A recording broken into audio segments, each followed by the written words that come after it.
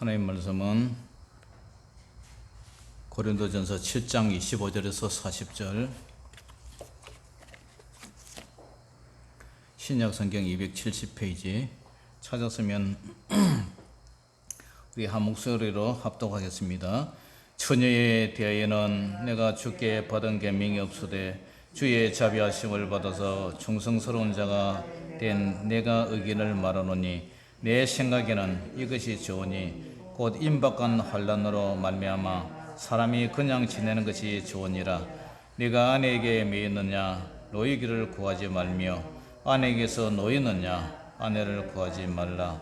그러나 장가 가도 죄짓는 것이 아니요 처녀가 시집가도 죄짓는 것이 아니로되 이런 이들은 육신의 고난이 있으리니 나는 너희를 아껴노라. 형제들아 내가 이 말을 하노니 그 때가 단축하여진 거로 이후부터는 안에 있는 자들은 없는 자같이 하며 우는 자들은 울지 않는 자같이 하며 기쁜 자들은 기쁘지 않은 자같이 하며 매매하는 자들은 없는 자같이 하며 세상 물건을 쓰는 자들은 다 쓰지 못하는 자같이 하라.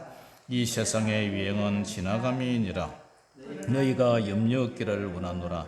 장가가지 않은 자는 주의 일을 염려하여 어찌하여 주를 기쁘시게 할까되 장가간 자는 세상 일을 염려하여 어찌하여 아내를 기쁘게 할까 하여 마음이 갈라지며 시집가지 않은 자와 처녀는 주의 일을 염려하여 몸과 영을 다 거룩하게 하려 하되 시집간 자는 세상 일을 염려하여 어찌하여 남편을 기쁘게 할까 하느니라. 내가 이것을 말하면 너희의 유익을 위하며 너희에게 올무를 놓으려 함이 아니니 오직 너희로 하여금 이치에 합당하게 하여 흐트러짐이 없이 주를 숨기게 하려 함이니라. 그러므로 만일 누가 자기의 약혼녀에 대한 행동이 합당하지 못한 줄로 생각할 때에 그 약혼녀의 홍기도 지나고 그같이 할 필요가 있거든 원하는 대로 하라. 그것은 죄짓는 것이 아니니 그들로 결혼하게 하라.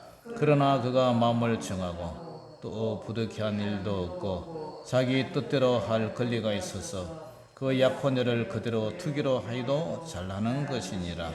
그러므로 결혼하는 자도 잘하거니와 결혼하지 아니하는 자는 더 잘하는 것이니라.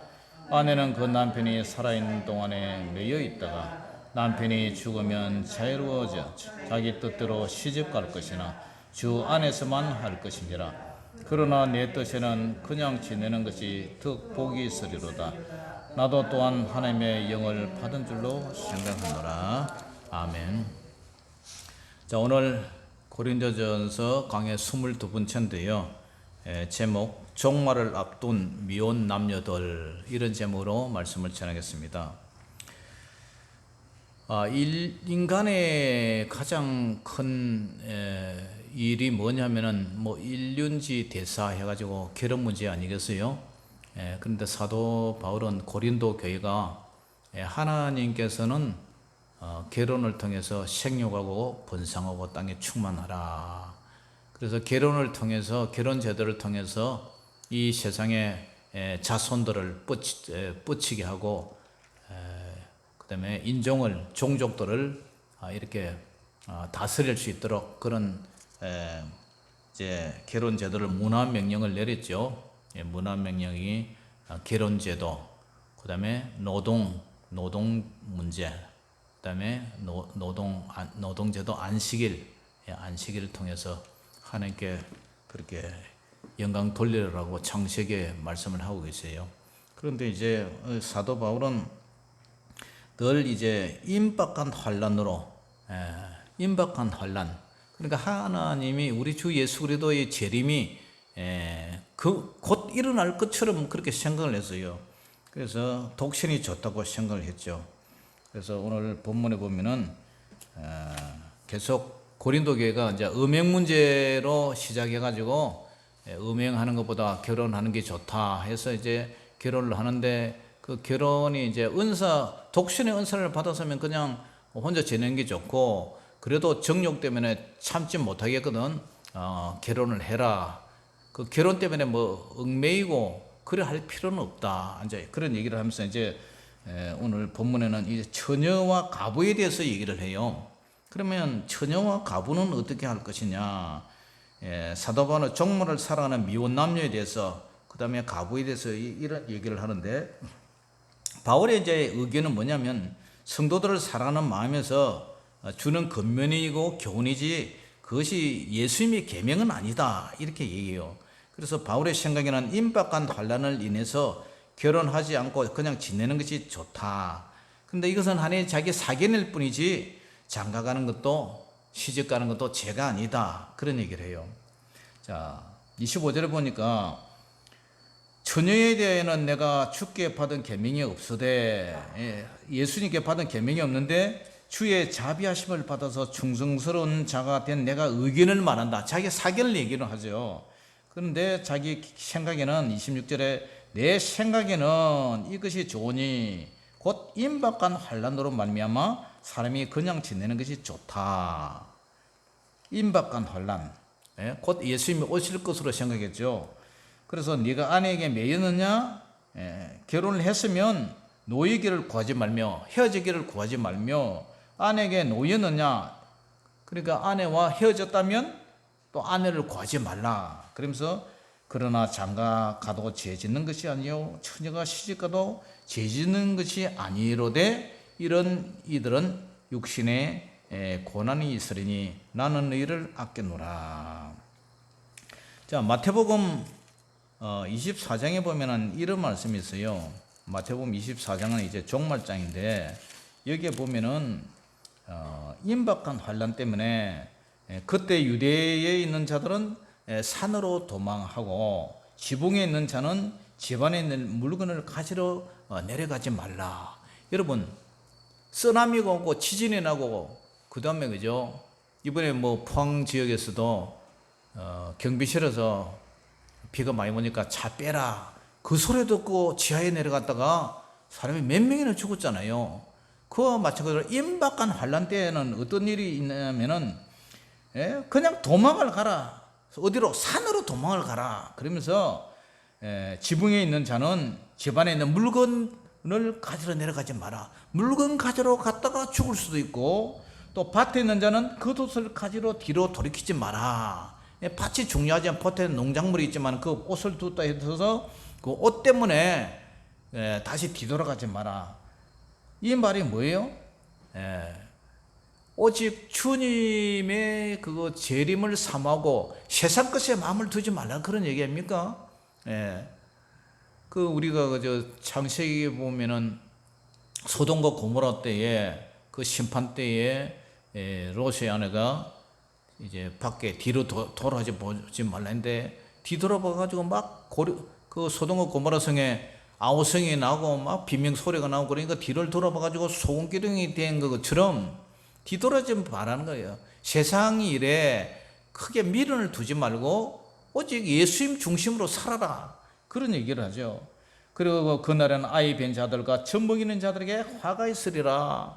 여러분, 뭐 6.25 전쟁 때 그죠, 뭐 피난 가기 위해서 보따리 하나 머리에 이고, 뭐 아이 하나 걸리고, 그 다음에 아이 하나 얻고, 그래가지고 도망가다가 뭐 아이 손 놔버리고 나중에 뭐 가다 보니까 뭐 아이도 놓쳐버리고 뭐 그런 일이 많잖아요.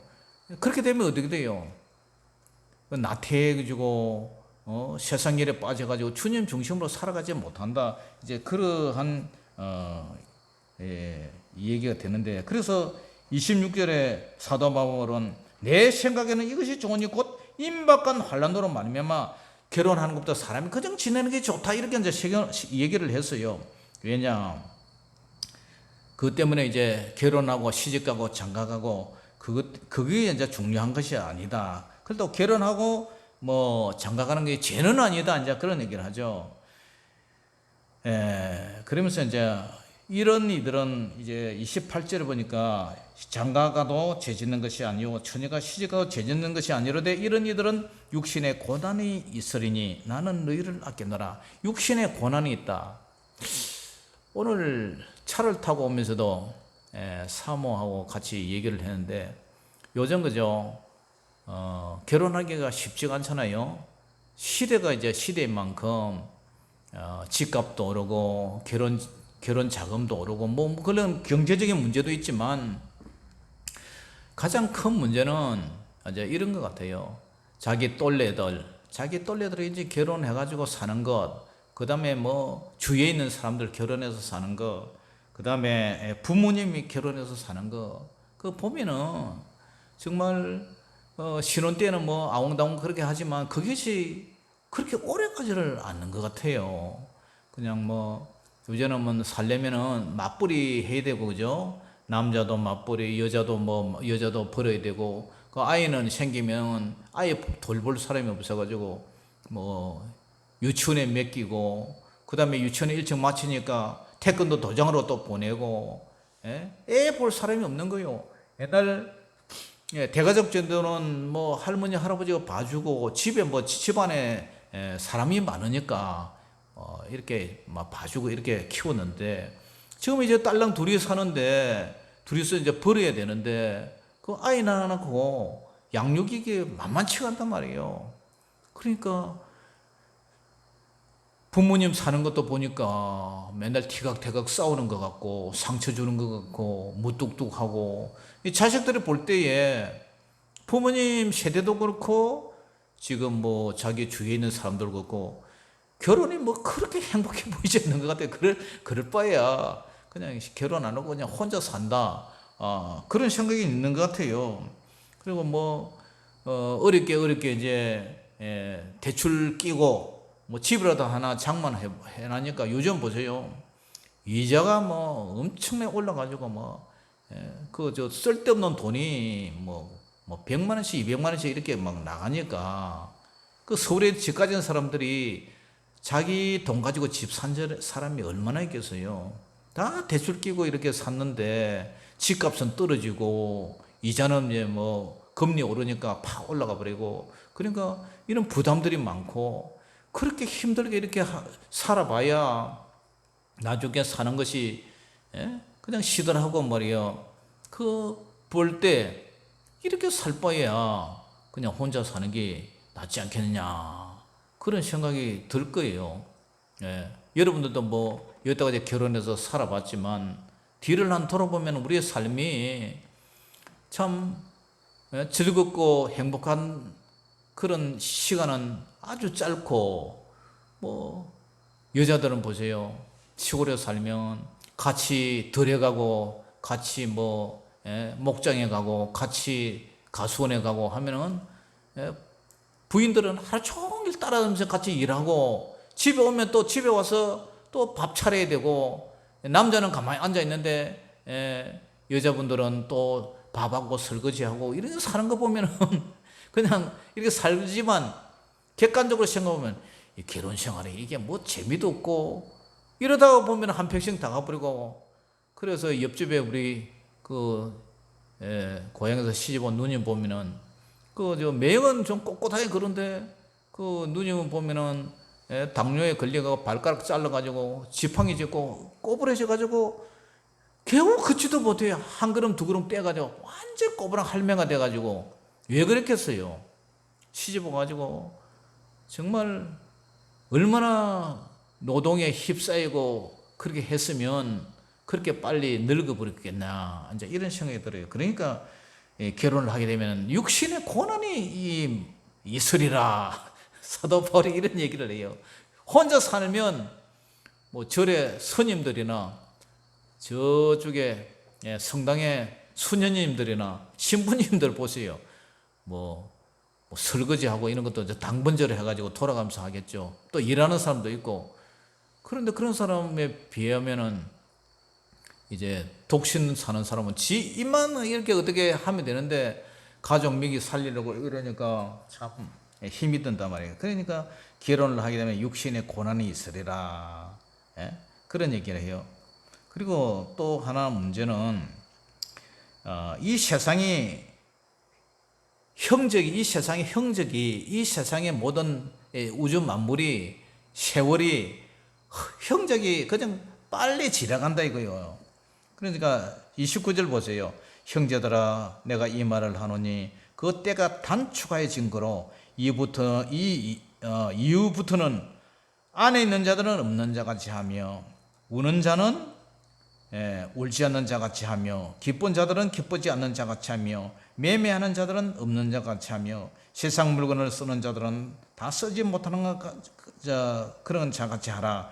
이 세상의 유행이 지나감이니라. 그리고 너희가 염려없기를 원하노라. 장가가지 않은 자는 주의 일을 염려하여 어찌하여 주를 기쁘시게 할까 하되 장가간 자는 세상 일을 염려하여 어찌하여 아내를 기쁘게 할까 하여. 자, 여기 보면은 이 세상 모든 만물이 예수님의 재림을 앞두고 가만히 보면은 우리가 살아가는 게 지금 계절의 변화가 엊그제 같이 봄에 씨를 뿌리는데 벌써 여름이 지나가고 이제 가을이 오고, 그죠? 지금 이제 9월달인데 한 2달 있으면 이제 추워져요. 겨울이 와요. 그러니까 나이 한 살 먹는 게 이제 60이 넘어가면 나이 세월 흘러가는 게 막 금방 막 이렇게 빨리 돌아간단 말이에요. 전기만 있으면 막 계란계가 팽팽 돌듯이, 수도만 있으면 수도 계란계 팽팽 돌듯이 세월이 그렇단 말이에요. 그러니까 이런 덧없는 세상에 예수님이 지금 때가 단축해지는데 여러분들이 우리가 종말을 앞둔 그런 사람들이 어떻게 살아갈 것이냐. 그러면서 하는 얘기가 오늘 이 세상에 너무 마음을 두지 말고 살아, 이런 얘기 아닙니까? 형제들아, 내가 이 말을 하노니 그 때가 단축해진 거로 이후부터는 안에 있는 자는 없는 데 같이 하라. 아내 때문에 막 마음을 쏙 뺏겨가지고 주님 재림할 때 그때 정말 들림 받지 못하는, 부활에 참여하지 못하는 그런 누를 범하지 말라. 그 우는 자들은 울지 않는 자같이 하라. 지금 현실에 너무 울고 싶은 그런 슬픔과 괴로움 속에 살아간단 말이에요. 그런데 예수님이 곧 오시기 때문에 어떻게 해요? 기쁘게 살아가라. 그리고 기쁜 자들은 기쁘지 않은 자같이 또 살아라. 이 세상이 너무 좋고, 이 세상에 뭐 돈만 있으면 먹고 살기 얼마나 좋아요, 요즘. 돈만 있으면 뭐 다 되는 세상에. 그런데 그런 것들도 기쁘지 않는 자같이 살아라. 예수님이 오면은 그 기쁨이 뭔 소용이 있겠느냐. 매매하고 물건 사고 팔고 하는 사람도 마찬가지. 그 다음에 세상 물건을 쓰는 자들 다 쓰지 못하고 이제 죽는다. 여러분, 냉장고 하나 사놓으면 요새 막 10년, 20년 쓰는데, 텔레비 하나 사면 10년, 20년 쓰는데, 그거 다 없어질 때까지 우리가 살겠습니까? 그러니까 이 세상은 흔적도 외형도 없이 사라지고, 이 세상은 다 예수님 재림하기 전에 불타고 없어질 건데, 그게 영원한 것처럼 이 세상에 마음을 두지 말고 살아라. 그 얘기를 하는 거예요. 그러면서 너희가 염려 없기를 원하노라. 염려 없기, 근심 걱정하지 말고 살아라. 그러면서 주의를 염려하여 어찌하여 주를 기쁘시게 할까 하되, 우리의 삶의 중심이 뭐예요? 항상 하나님 앞에 두라는 거예요. 우리가 이 세상을 살아갈 때에 우리가 열심히, 세상이라도 열심히 살고 뭐 하는 것도 중요하지만, 그러나 우리 그리스도인들은 예수님 중심이 가장 중요하지, 먹고 사는 그 문제에 중심을 두지 말라는 거예요. 그러면서 33절에도 장가간 자는 세상 일을 염려하여 어찌하여 아내를 기쁘게 할까? 그렇게 살지 마라. 주님 중심으로 그걸 기쁘게, 어떻게 하면 주님을 기쁘시게 할까? 그걸 생각해라. 그리고 마음이 갈라지며 시집가지 않은 자와 처녀는 주의를 염려하여 몸과 영을 다 거룩하게 하려 하되, 시집간 자는 세상 일을 염려하여 어찌하여 남편을 기쁘게 할까 하느라. 시집가지 않고 장가가지 않고 미혼으로 산다면 그의 소망이 주님 앞에 두고 주님을 위해서 살아갈까, 이렇게 걱정을 하지. 결혼하고 시집가고 장가가고 애 낳고 하면 마음이 쪼개져 가지고 아내를 어떻게 기쁘게 할까, 자식을 어떻게 기쁘게 할까, 남편을 어떻게 기쁘게 할까, 그러다가 주님을 사랑하는 그 마음이 식어질까 싶어서 이런 이제 얘기를 하고 있는 거예요. 그러면서 사도 바울의 이제 결론이 뭐예요? 35절 같이 읽어봅니다. 시작. 내가 이것을 말하면 너희의 유익을 위함이요 너희에게 올무를 노래함이 아니니 오직 너희로 하여금 이치에 합당하게 하여 흐트러짐 없이 주를 숨기게 하려 함이라. 그러니까 내가 이것을 너희한테 말하는 것은 유익을 위해서 하는 거지, 여기 올무를 놓아서 너희를 낭패하게 하려고 하는 것이 아니다. 이치에 합당하게 해서 흐트러짐이 없이 우리가 주를 섬기게 하려 함이라. 세상 일의 중요성을 가지 말고 하나님 나라와 의에 관심을 가지고 거기에 마음을 쏟고 살아라, 그런 얘기를 해요. 저와 여러분들도 그런 마음의 중심이 되시기를 주 이름으로 축원합니다. 마지막에 뭐냐면은 처녀와 과부의 그 혼인 문제에 대해서 얘기를 해요. 자, 36절 보니까 이제 사도 바울은 결혼 연령이 된 딸을 둔 그 아버지에 대해서 이제 교훈을 하는데, 딸을 시집 보내는 것도 잘하는 것이고 시집 보내지 않는 자는 더 잘한다 이러면서, 또 과부가 된 자는 자기 뜻대로 시집을 가지만 믿지 않는 자와 결혼하지 말고, 또 이혼한 사람과 결혼하지 말고, 우리 주님께서 산상수훈에서 말씀하셨던 것 같이 이제 남편이 죽으면 이제 결혼할 수 있는, 과부가 결혼할 수 있는 그런 이제 길을 이제 열어줬는데, 그러니까 과부는 이혼한 사람과 하지 말고, 그러니까 미망인이라 그러죠. 그런 사람은 또 예수 믿는 사람 중에서, 호레비 중에서 가라 이 말이에요. 믿는 사람끼리. 그러면서 그것도 중요하지만 자기의, 사도 바울의 생각에는, 자신의 생각에는 그냥 결혼하는 것도 좋지만 홀로 지내면서 주님의 재림을 사모하면서 기도하고 그 신령한 일에 거룩하게 사는 것이 더 낫다고, 이렇게 이제 결론을 내리는데, 자, 36절 한번 읽어봅니다. 시작. 그러므로 만일 누가 자기의 약혼녀에 대한 행동이 합당하지 못한 줄로 생각할 때에 그 약혼녀의 홍기도 지나고 그같이 할 필요가 있거든 원하는 대로 하라. 그것은 죄짓는 것이 아니니 그들로 결혼하게 하라. 여기에서 약혼녀 해놓고 밑에 각주에 보면, 맨 밑에 보면 작은 글씨로 헬라어 해놓고 처녀 또는 처녀딸 해놨죠, 그죠? 그래서 이게 뭐냐면, 약혼녀는 이제 결혼 안 한 딸, 결혼 안 한 이제 미혼의 딸을 말하죠. 그 딸에 대한 행동이 합당하지 못한 줄로 생각할 때에 그 약혼녀가 홍기도 지나고 이제 나이를 먹었으면, 결혼 정년기도 지나고 그렇다면 그같이 할 필요가 있거든 원하는 대로 해라. 결혼을 시켜도 좋고 안 시켜도 좋다. 37절. 그러나 그가 마음을 정하고 또 부득이 한 일도 없고 자기 뜻대로 할 권리가 있어서 그 약혼녀를 그대로 두기로 해도 잘하는 것이니라. 결혼을 안 시켜도 좋고 자기 혼자 결혼 안 하고 시집 안 가고 그냥 있겠다 하면은 그것도 잘하는 거다. 왜? 주님을 더 사랑하고 주님 앞에 재림의 소망을 가지고 있기 때문에. 자, 38절. 그러므로 결혼하는 자도 잘하거니와 결혼하지 아니하는 자는 더 잘하는 것이니라. 사도 바울은 늘 임박한 재림의 그 하나님에 대해서, 하나님이 세상 일보다 하나님에 대해서 어떻게 하나님을 기쁘시게 할까, 그게 항상 초점이 있다 그랬죠. 그 다음에 이제 가부에 대해서 39절 40절 이제 얘기를 하죠. 아내는 그 남편이 살아있는 동안에 매여 있다가, 아내는 남편이 살아있는 동안에 뭐 늘 남편을 복종하고 순종하고 남편을 돕는 자로서 그렇게 매여 있는데, 이제 남편이 죽으면 어떻게 돼요? 이 자유로워지죠. 자유로워져서 자기 뜻대로 되는데, 시집을 갈 것이나 어떻게 해요? 주 안에서만 할 것이라. 시집을 간다면 같은 믿는 사람, 사별한 사람한테만 가라 이거죠. 그러면서 결론이 40절에 그러나 내 뜻에는 그냥 지내는 것이 더 복이 있으리로다. 왜?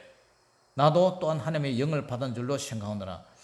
그냥 지내면서 그 남은 시간 기도하고 주를 위해서 봉사하고 또 결혼해봐야 그죠? 육신의 고난이 또 생긴단 말이에요.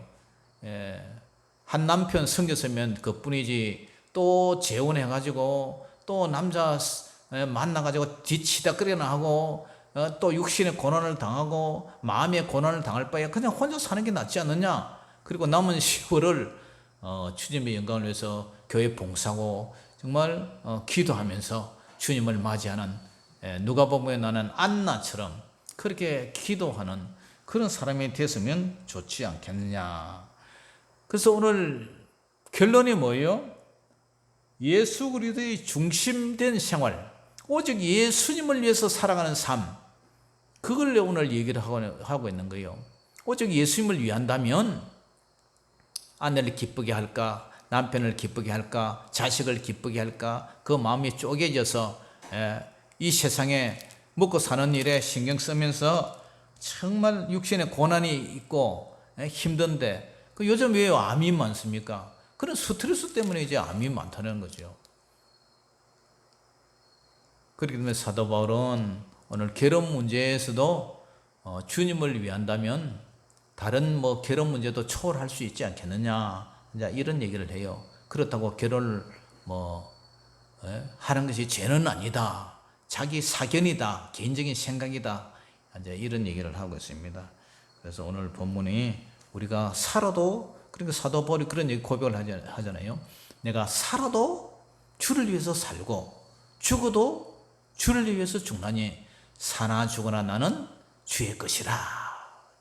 늘 사도 바울은 이제 툭 치면 예수님에 대한 그런 생각, 예수님에 대한 믿음, 그런 삶으로 살았다는 사실을 오늘 말씀을 드리면서 여러분들도 남은 생에 천국은 시집도 장가도 안 가고 우리가 이 땅에서만 결혼 생활이 있다는 사실을 알고 여러분들도 이미 주어진 결혼 생활 서로 마음 맞춰서 행복하게 살면서, 그죠?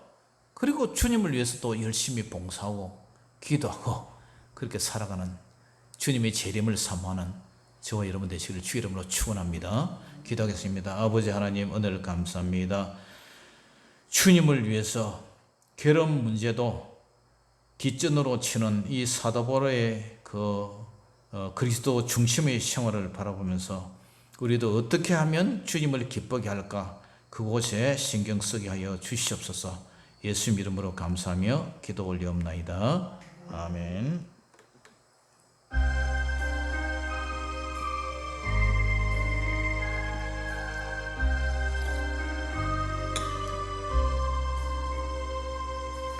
낮에나 밤에나 눈물 머금고 내 주님 오시기만 고대합니다. 가실 때 다시 오마 하신 예수님, 오 주여 언제나 오시렵니까.